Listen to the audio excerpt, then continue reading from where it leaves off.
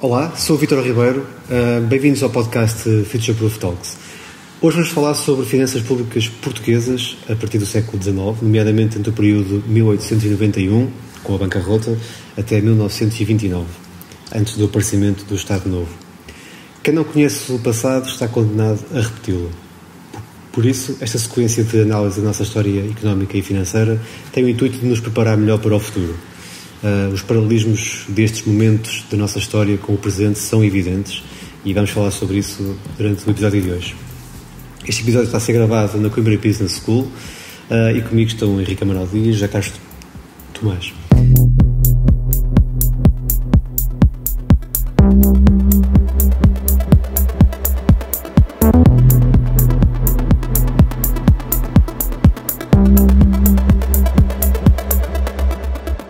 Bem-vindos ao Future Proof Talks, um podcast sobre poupança e investimento com análise de expectativas para os mercados, tomada de decisão e filosofia de vida. Vítor Ribeiro, Henrique Amaral Dias e José Carlos Tomás conversam sobre o que estão a ver, a escrever e a ler com um foco no futuro. As opiniões expressas refletem apenas a opinião dos participantes e não vinculam Future Proof Wealth Advisors. Todos os exemplos, informação, nomes de pessoas ou instituições descritos e falados no podcast são apenas para fins ilustrativos e não são uma recomendação.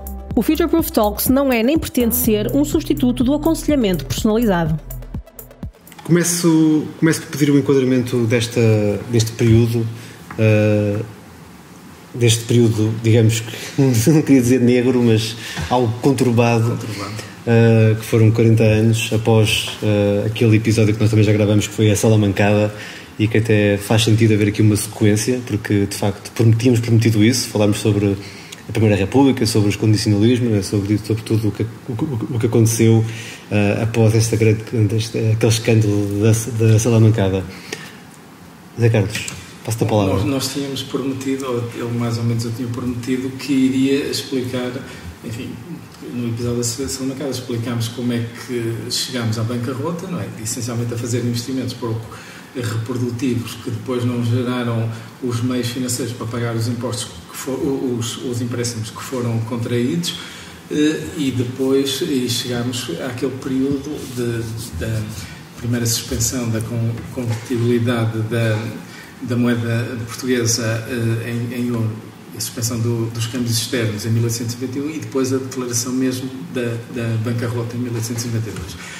O que acaba por acontecer aí, essencialmente, é que o Governo, portanto, decide que a dívida, portanto, na qual a Generalidade existia dois grandes blocos, existiam mais obrigações, mas havia dois grandes blocos, que era o bloco da dívida em reis, depois escudos, e como vocês sabem, a moeda que existia na altura, sim. A moeda, digamos, o final da monarquia, pois, como sabem, 1000 reis passou a um escudo, e daí aquilo que se dizia durante muitos anos, os merreis, 1000 reis, os 10 merreis, enfim. E, portanto, há ali uma transposição que é quase que é quase imediata. A primeira medida que é tomada é acabar o reembolso portanto, os reembolsos que estão programados da dívida. Portanto, só são pagos juros. E no caso da dívida... Portanto, uma reestruturação da dívida. Portanto, há uma primeira reestruturação da dívida, depois vai haver mais outras reestruturações, claro, da dívida. E a primeira é que, portanto, a dívida, portanto, paga em reis ou em escudos. Portanto, o cupom de 3% passa para 2%. A dívida paga em libras. O cupom de 3% passa para 1%. O que é um incentivo enorme a que as pessoas convertam a dívida externa, portanto, ao governo português, em dívida interna, até porque nos primeiros tempos, apesar da suspensão da convertibilidade, o real, portanto, os reis mantiveram, digamos, mais ou menos a mesma paridade, pouco desvalorizaram contra a libra. Com a libra, sim. Que era a moeda principal no que era a moeda, que era, digamos, tinha o papel que o dólar tem hoje, por cima tinha uma ligação, portanto, ao ouro, da mesma maneira que o dólar teve uma ligação ao ouro durante muito tempo. Também, e, sim, sobretudo, a seguir a Bretton Woods. Essa conversão da dívida externa e interna veio-se a revelar uma armadilha, porque durante a Primeira República vamos ter um período de altíssima inflação que vai levar a que essa parcela da dívida que está denominada em moeda portuguesa a taxa fixa vai pura e simplesmente o valor vai ser completamente obliterado. Basta dizer que entre a desvalorização, portanto, o fim da Conversão, 1891, e a nossa entrada outra vez no padrão ouro em 1931, a moeda desvaloriza para aí 96%. E a principal desvalorização, em termos percentuais, é no período de 1919 e 1924, em que a moeda desvaloriza pontualmente 94%, e depois, subsequentemente, nos 2 anos seguintes, já no pré-revolução de 1926, não é? O golpe de Estado lá que vem instituir a ditadura nacional, subsequentemente, em 32, Estado Novo.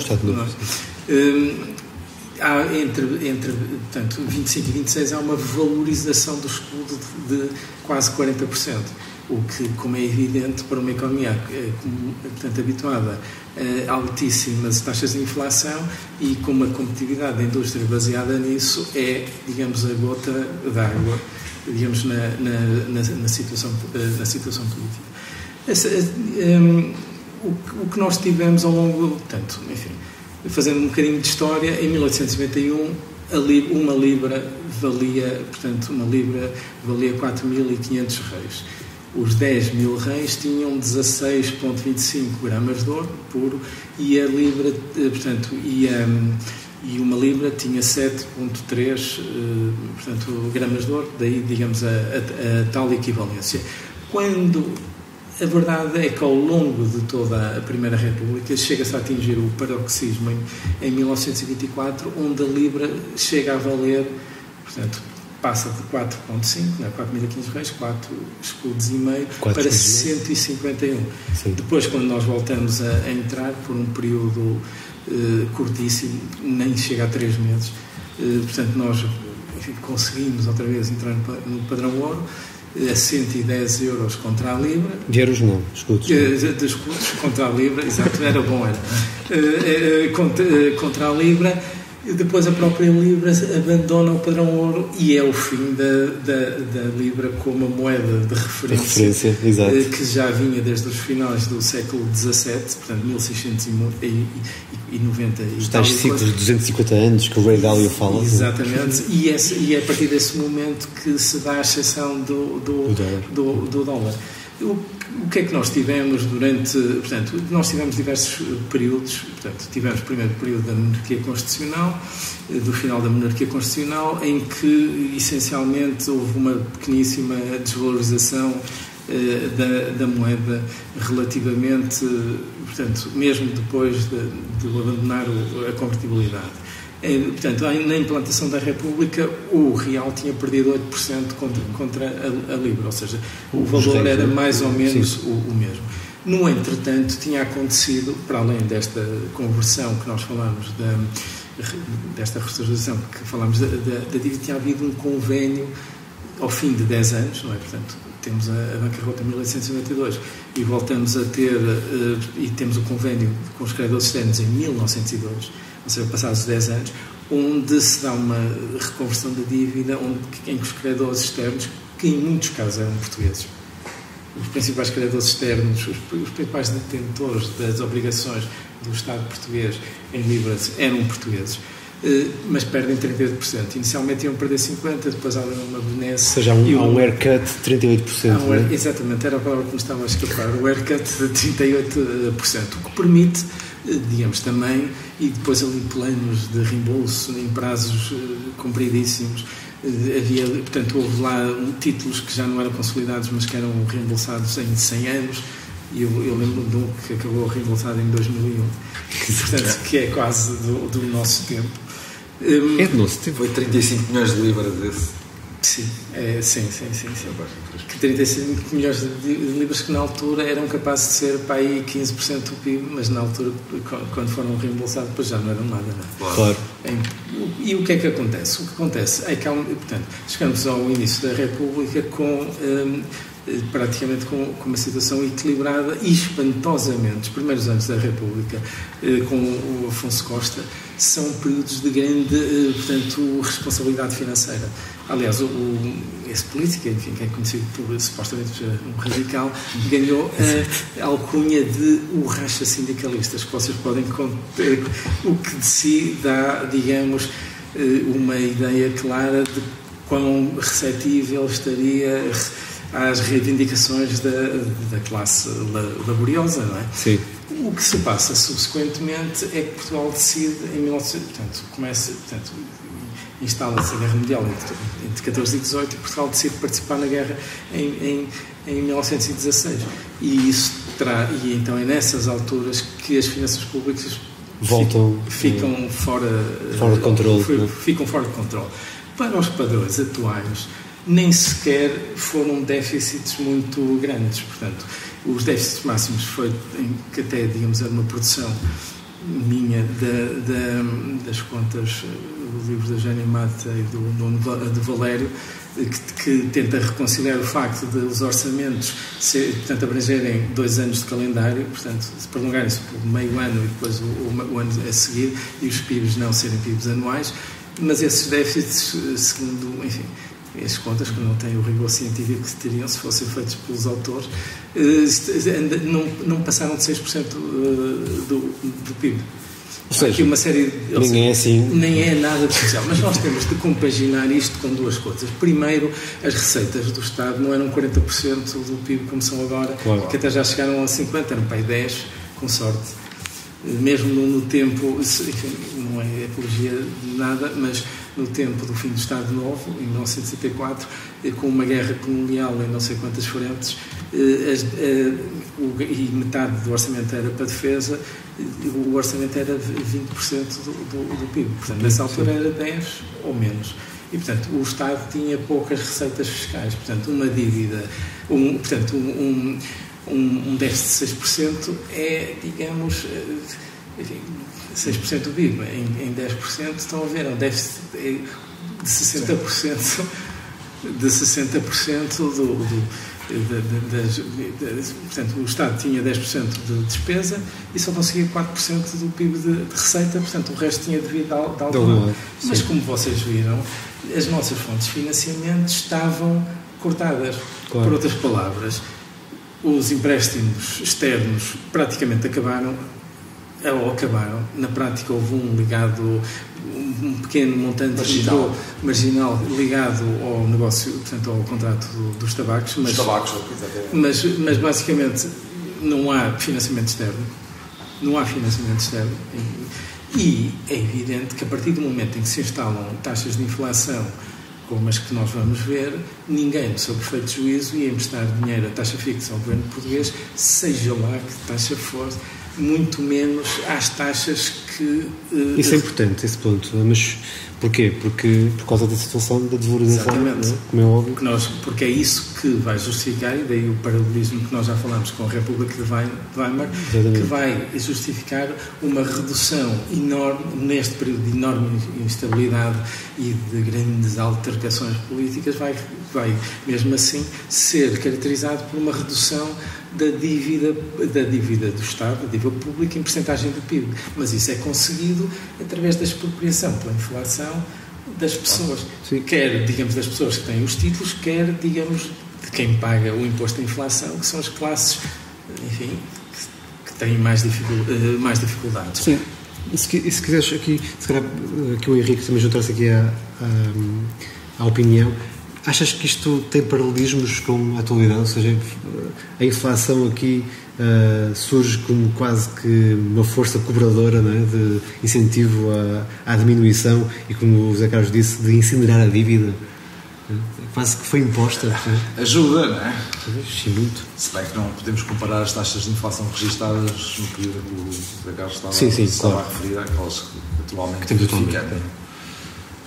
Mas é sempre bom, obviamente, para o Estado, e essas perspectivas do Estado português atualmente, e, enfim, genericamente estarão corretas, é uma redução muito significativa do peso da dívida pública no produto interno bruto. Sim, já se fala em 80% do PIB, não é? 70%, mais ou menos isso, em poucos anos. E, portanto, também graças à inflação, faz com que haja uma arrecadação de receita fiscal muito maior e por essa via, obviamente, também uma redução de dívida pública. E à custa, das pessoas que... À custa das pessoas... Da classe média que está a trabalhar, não é? Exatamente. Isso é um imposto escondido que nós já analisámos em episódios anteriores e que por essa via, enfim, introduz muitas desigualdades na economia e na sociedade em geral, não é? Porque há obviamente indivíduos que se conseguem proteger melhor relativamente a esse fenómeno do que outros, mas a maior parte das pessoas que estão assalariadas, não é? E que não conseguem, digamos, repercutir nos seus salários o aumento do custo de vida por via de um poder negocial. Nem através da poupança, não é? Conseguem reinvestir. E a taxa de poupança hoje em dia, enfim, pouco tem a ver com aquela que se verificava, por exemplo, no tempo do Estado Novo. Sim. Hoje a nossa taxa de poupança em termos gerais, é muito reduzida. Aliás, tivemos a oportunidade uma vez de falar nisso com o Luís Aguiar com Raria, em que uma das grandes preocupações do Luís era precisamente como estimular a taxa de poupança na nossa economia. Isso mesmo, sim. Portanto, o nosso rendimento disponível hoje em dia, em termos médios ou em termos medianos, não acomoda muito espaço para poupar e por essa via neutralizar o efeito do poupar e investir. Investir, que é para poder combater o efeito que a inflação tem, não é? Claro que algumas pessoas conseguiram fazê-lo, outras, a esmagadora não faz, claro. E ainda por cima, como também vimos no outro podcast, com o aumento das taxas de juros e, portanto, o aumento do serviço da dívida na esfera pessoal, isso ainda mais se torna impossível. Sim, essa poupança e investimento correspondente. A questão da relação entre a inflação e a dívida é aqui um aspecto fundamental, não é? Vejam bem como é que... Vejam, portanto, como estávamos a dizer, mercados externos fechados, mercados internos fechados, o que é que sobra? Sobra, digamos, o aumento da circulação monetária, da circulação fiduciária, dito de outra maneira, pôr o Banco Central a imprimir moeda para pagar a dívida, que é a pior espécie possível, porque as pessoas têm apenas utilidade para a moeda até um determinado valor e depois tentam desfazer-se dela. E esse ponto é importante. Isto não provocou uma fuga de capitais maciços. Provocou uma fuga de capitais maciços. Eu vou só dar aqui uns números. Vejam, portanto, o poder da inflação para diminuir a dívida pública de um país, sobretudo se ela está denominada em títulos de taxa. Portanto, é uma taxa fixa. Basta aumentar a inflação e o produto aumenta e os títulos desvalorizam de valor. E nós tivemos taxas de inflação verdadeiramente extraordinárias durante este período. Em 17, 18%, em 1918, 80%, em 19, 14%, 73% em 1920, 56% em 1921, 20% em 1922, 57% em 1923, 38% em 1924. E isto acompanhado, enfim, de fugas de capitais, poder de compra brutais, fugas de capitais brutais que chegaram a 7 vezes as exportações, 10 vezes as remessas de imigrantes. E, portanto, um cenário verdadeiramente apocalíptico onde se completamente descapitalizado o país, não é? O país completamente descapitalizado, desvalorização da moeda neste período de 94%. Portanto, vejam bem e como já se falou, vejam bem depois o que é que acontece quando a desvalorização é parada. Há um conjunto da indústria que já se habituou a este tipo de desvalorização, está a basear a sua produtividade nisso e de repente a moeda valoriza 40% até 1926. Mas num período curto, não é? Num período curto. Portanto, quem ainda não estava contra o regime, enfim, como já não faltaria ninguém, ainda ficaram mais vezes. Mas apesar de tudo conseguimos resolver o problema através da inflação, não é? É verdade, ou seja, portanto, como se falou... Hoje, deixa-me só dizer, hoje não conseguiríamos fazê-lo, não é? Não temos esse instrumento de política, digamos, nas nossas mãos, não é? O instrumento da política nesta altura era o Exército, não é? E a Guarda Nacional Republicana. Não, mas nesta altura nós não podemos... da questão da emissão de moeda, não é? Por acaso é uma coisa interessante. Vocês sabiam que há 2 CDS sobre a dívida, Credit Default Swap, sobre a dívida italiana. Um que, portanto, é apenas meramente se a Itália vai entrar, portanto, em default na dívida em euros, e outro portanto, também contempla o risco de se entra em default na dívida, independentemente de qual é a moeda, certo. E outro que contempla o risco da dívida ser redenominada numa nova moeda.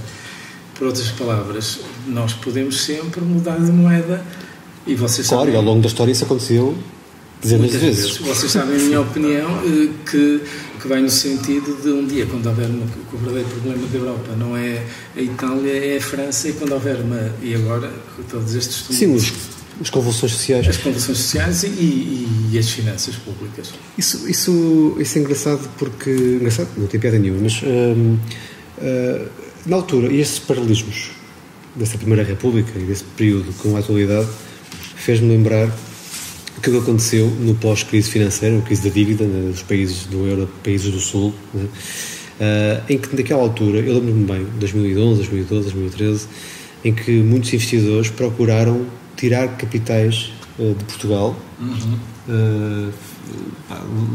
Vocês lembram-se disso, não é? Investidores e até não investidores. E não investidores, ou seja, de colocar o dinheiro em NOCs, em coroas norueguesas, em libras, em dólares. O pânico era generalizado. Com o pânico da possível saída de Portugal do euro, não é? E do que é que irá acontecer à moeda. Eu lembro-me de ver pessoas a olhar para a comprar ouro. A comprar ouro, precisamente. E eu lembro de ver pessoas a olhar para a face das moedas e a dizer, esta aqui que tem portanto, é emitida pela Alemanha, esta vai ficar, a outra... e a outra que não vai... Exatamente, isto é completamente irracional, mas atenção, tem paralelismos com essa altura. Não sei se é completamente, isto é irracional até o dia em que não deixa de ser, não, que se materializa. Não é isso, não me compreendeste, não é isso. Eu estou a dizer que de facto existe esse risco, não é? Quando eu digo que é irracional, esse comportamento de olhar para uma moeda e pensar que a moeda é diferente só por ter a face da Alemanha ou a face de Portugal. Sim, aquilo é uma dívida. É uma dívida do Banco Central. Apesar do José Carlos ter toda a razão quando diz que poderíamos voltar a uma moeda nacional, não é? Sim, claro. Ao escudo ou qualquer outra combinação. O facto é que a nossa dívida em euros permaneceria. Permaneceria, claro. Falamos muito sobre isso naquela altura. Falou-se bastante. E essa teria que ser paga em moeda. Em euros ou alguma moeda que havia a ser substituir. Precisamente. Aquilo que nós tínhamos na altura, que era a conversão e digamos, a contraparte eram as libras. Eu não sei se lembram, o euro vale 200,482 escudos. Valia agora. E se fossem reais. Essa foi a conversão à altura. Exatamente. Mas olha, gerou alguma inflação. Enfim, também. Não muito bem registada pelas autoridades estatísticas. Nos arredondamentos, sim. Houve muitos arredondamentos, sobretudo nos cafés, alguns produtos alimentares. Os selos dos Correios, por exemplo. As pessoas também exageram um bocadinho do que aconteceu, mas pronto. Mas de facto houve alguma inflação, sobretudo nos bens de valor mais baixo. E por falar, desculpa lá, já agora por falar nisso, no outro dia estávamos a falar os dois ao telefone, eu e o Zé Carlos, e eu gostava de perguntar ao Zé Carlos, porque eu percebi que era um tema que nos era caro aos dois. A taxa de inflação, a gente fala, não é? O CPI, ou o Índice de Preços do Consumidor, é verdadeiro ou não, Zé? Aquilo corresponde à verdade. Só por agora fugir, não é fugir ao tema, mas fazendo aqui uma pequena digressão. Eu digamos, vou fugir. Lembras-te da conversa? Eu vou fugir à pergunta, mas vou só fazer aqui um paralelismo. Neste momento, a taxa de inflação cá em Portugal é 3,4% no último mês, ou year-on-year. Da última vez que se falou de um cabaz de produtos de bens essenciais, falou-se que nenhum deles estava a subir menos que 30%.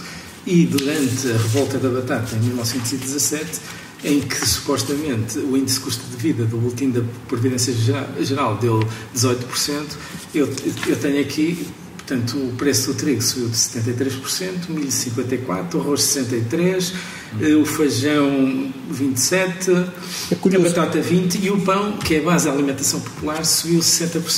É curioso que essas medidas, essas taxas de crescimento, não são muito diferentes das atuais. Sabes, é uma coisa que eu tenho pensado. Eu nem quero especular. Antes de vir aqui ao podcast, estava a pensar, nós sabemos, por exemplo, muito bem quais são os Euribors. Sim. Temos a net e temos as Euribors ao dia, a cotação. Sim. Mas eu julgo que seria um repto interessante lançá-lo junto do INE, Instituto de Estatística, é que nós pudéssemos ter acesso quase em tempo real à forma como o cabaz evolui. Países já fazem isso.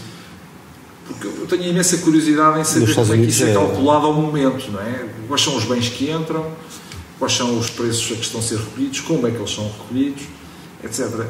Para que haja mais transparência e informação relativamente aos cidadãos. Eu quanto a isso, é verdade, sem dúvida. Eu quanto a isso, acho que, precisamente o que estás a dizer, acho que existe muita opacidade e continuamos a fixar-nos em instrumentos e em medidas e indicadores que são os mesmos de há 100 anos.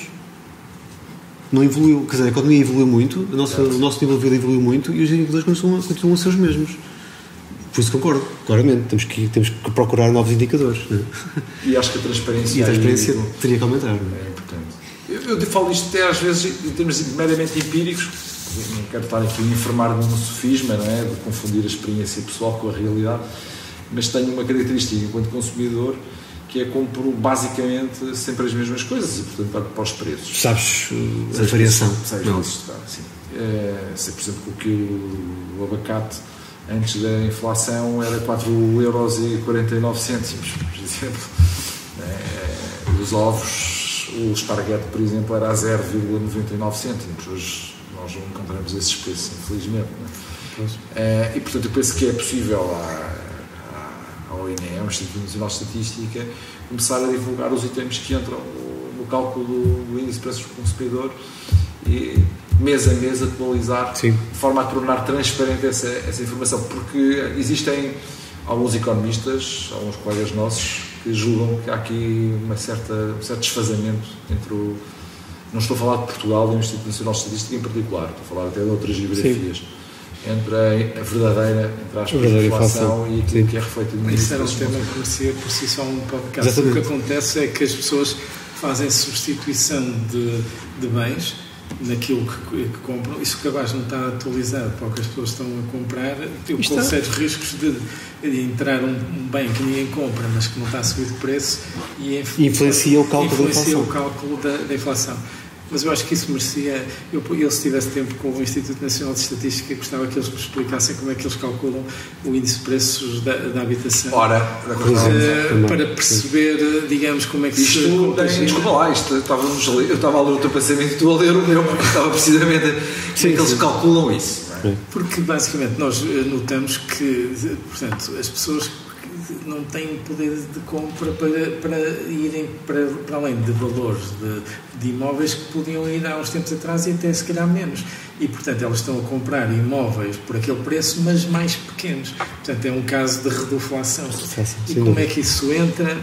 Eu ainda não cheguei a conclusão nenhuma, portanto... Olha, e voltando ao nosso assunto das finanças portuguesas da Primeira República e não só... há aqui um ponto importante que é a criação ou digamos, um acordo entre a República, entre o Governo e o Banco de Portugal, em que, no fundo, já há aqui algumas nuances sobre a política fiscal e a política monetária, não é? Na realidade, portanto, nós temos aqui um exemplo prático extremo daquilo que se chama a dominância da política fiscal sobre a política monetária, ou seja, o Banco Central é utilizado para financiar os governos. Claro. Nós tivemos... Essa independência é apenas formal, não é? Nós tivemos... Quando chega à altura, não é que são duas repartições do governo. Quando chega à altura do governo está quase para ir à falência, então é preciso tomar medidas extremas. Whatever it takes. Quando nós tivemos em 2008, o que aconteceu em 2008 foi que os bancos centrais salvaram ou socorreram os bancos comerciais. Numa situação de dominância fiscal, os bancos centrais salvam os governos de ir à falência. E só para vocês verem, digamos, como a coisa foi, portanto, como não havia nem financiamento externo, nem financiamento interno, e não havia financiamento interno, não havia mercado de obrigações, portanto, o último recurso era o financiamento monetário, o aumento da circulação fiduciária, certo. Tal e qual como aconteceu na Alemanha, é igualzinho, só que o outro exemplo é mais conhecido, mas da mesma maneira... Estás a falar da República de Weimar. Da mesma maneira que a dívida pública interna alemã desapareceu dessa maneira, com a hiperinflação, com todas as consequências desastrosas que daí vieram. Aqui nós também, à nossa medida e com as nossas consequências desastrosas, enfim, qualquer um poderá lá chegar facilmente, tivemos exatamente o mesmo fenómeno numa escala um bocadinho mais pequena. Só para dar um exemplo, o aumento da circulação fiduciária de 1891 a 1929 é de 54 vezes. E entre 1914 e 1923, portanto, é 15 vezes. Passa de 120 mil contos para 1,5 milhão. 1,5 milhão de contos, neste caso de escudos. Impressionante, são valores impressionantes. Mas é mesmo isso, portanto, chega a uma determinada altura, esgotadas as outras fontes de financiamento do Estado. Há que imprimir moeda. Estavam fechadas, só havia uma única forma, que era emitir moeda. Há que imprimir moeda, mas tem um efeito extraordinário, não é? Porque nós chegamos em 1926... Na vida das pessoas, aliás, como nós vimos. E é transversal, tendo aquelas pessoas que se protegem e que compram imobiliário, na altura, não era um dos grandes negócios. Aliás, o negócio era fugir, era outro, porque também havia a expansão urbana.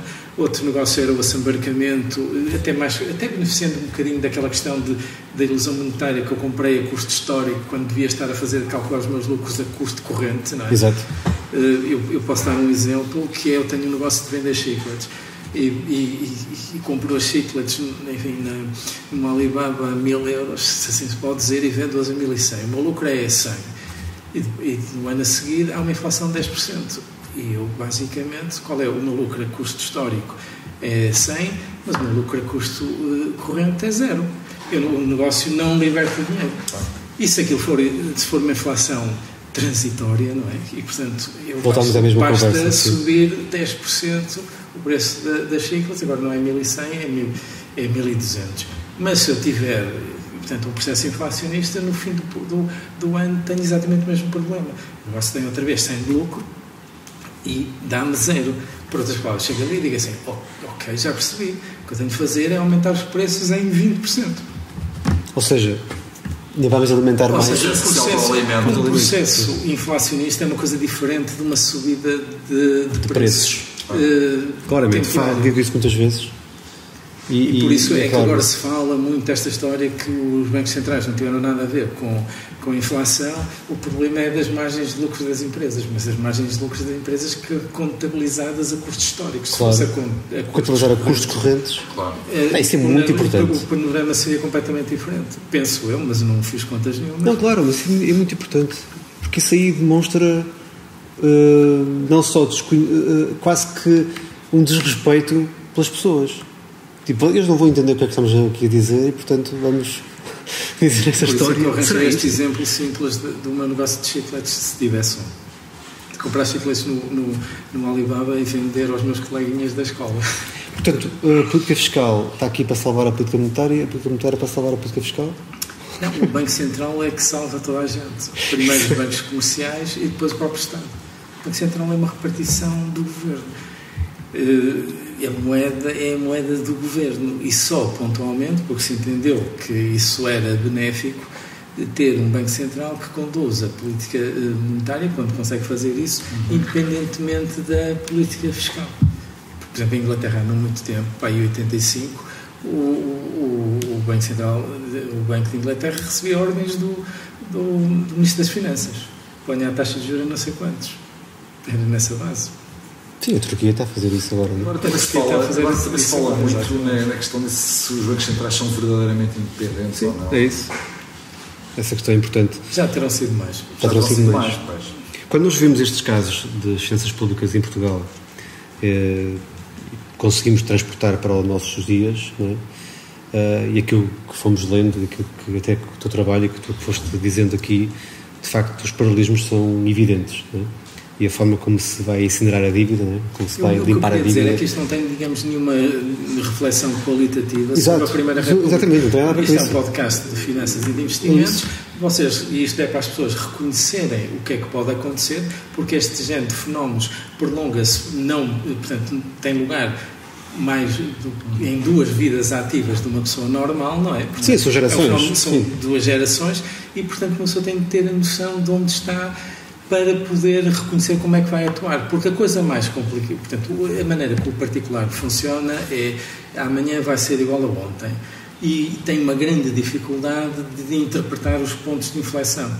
Sim.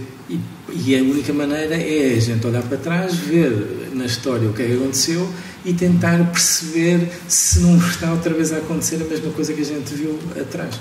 Nós vamos ter um período de inflações elevadas por contrapartida de quem gera moeda de referência, portanto, a divisa de reserva no sistema mundial, os Estados Unidos, se preparam para ter déficits fiscais até à eternidade entre 5% a 7%.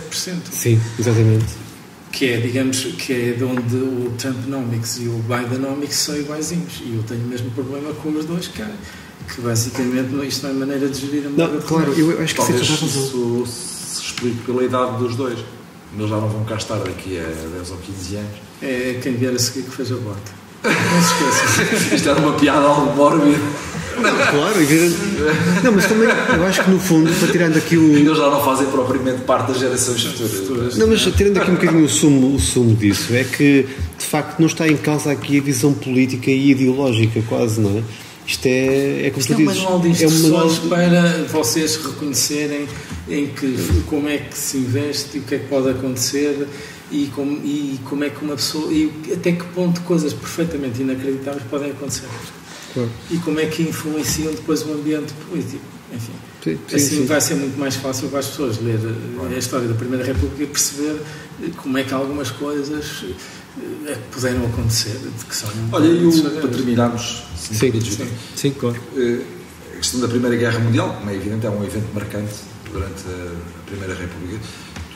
Tu que é que achas sobre o impacto financeiro que isso teve nas nossas finanças públicas? Teve este impacto financeiro que nós acabamos de ver. Não, mas em termos dos gastos que isso implicou, essencialmente, das indenizações, achas que foi neutral desse ponto de vista? Não foi neutral desse ponto de vista, porque basta ver que entre 14 e 23 os déficits portugueses, que são em escudos traduzidos para libras, representam 82% do valor dos déficits entre 1910 e 1928.